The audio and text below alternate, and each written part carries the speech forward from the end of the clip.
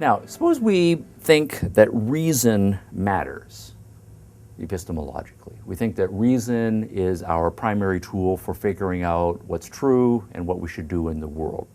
If you're a reasonable person, and Abraham is a person who has the capacity for reason, what would a reasonable person do in this situation? We know that a reasonable person is going to raise these particular questions, but when you have reasonable questions, what you first do, particularly when you're asked to do something that has very high stakes like this, what a reasonable person does is, in the first place, ask questions.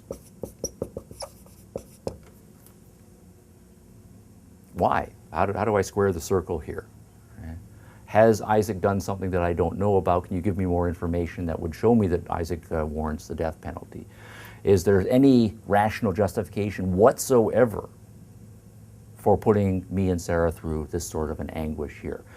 A reasonable person, before he or she acts, wants to get the full story so that he or she can see, according to his or her own independent judgment, what's going on and why this is the right thing to do.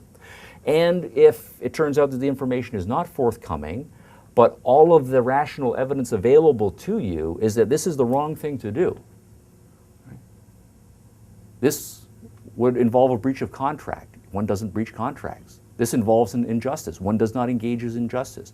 This involves inflicting, for no good reason that I know, anguish on two important people. That's not something that one does as a reasonable person. And it seems like that the order is coming from a being that is morally suspect, a liar, a potentially unjust person, someone who might be sadistic. You do not act on suggestions or commands from somebody who is morally suspect like that. So you ask questions first, and you only act if you judge it to be a moral action. That is to say, all of your questions are answered to your satisfaction, and you in your judgment believe that it is the right thing to do. Now, this way of framing the issue is what Kierkegaard and Luther want us to do, because we then go to the next step in the story, what Abraham actually did the following morning when he woke up. He summoned Isaac to his side, took him on the expedition up to Mount Moriah, laid him out on the stone for the sacrificial offering, took a knife that had been sharpened, raised it up, and committed to the act of killing his son Isaac. And then at the last moment, of course, there's an intervention, a divine intervention. Abraham's hand is stayed, and it's all called off. Now the point, though, is that from the theological perspective, is that Abraham, I'll put this over here, passed the test.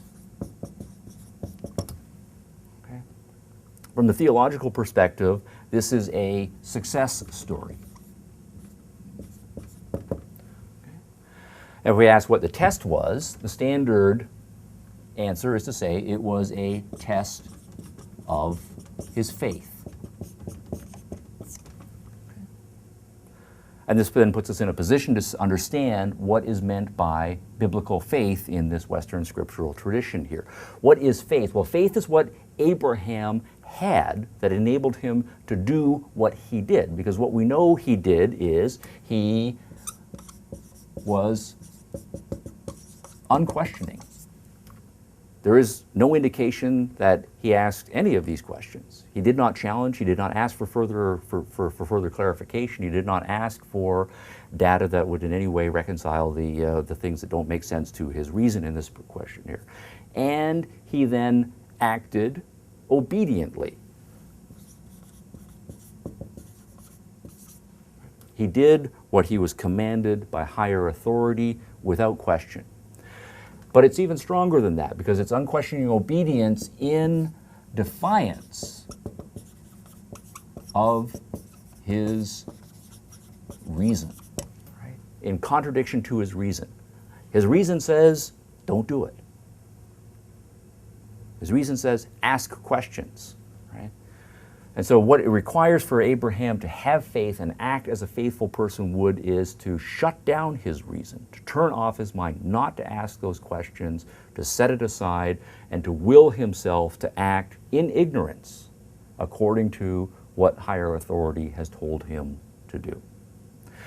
All right, so what we then have is this as the interpretation of what faith consists in. As far as I know in Scripture, Abraham is the only hero of epistemology. There are lots of heroes to the religious tradition for various other traits, but this epistemological lesson, I think Kierkegaard, Luther, and Tertullian are exactly right to point us to as defining from the Western religious tradition what the core epistemological virtue is, faith, and this is the interpretation of what faith requires. So it is faith versus reason, and if we're going to then reinvigorate faith in the modern world, the argument is we have to slay reason now that it is an extraordinarily powerful vehicle for knowledge pursuit in the modern world.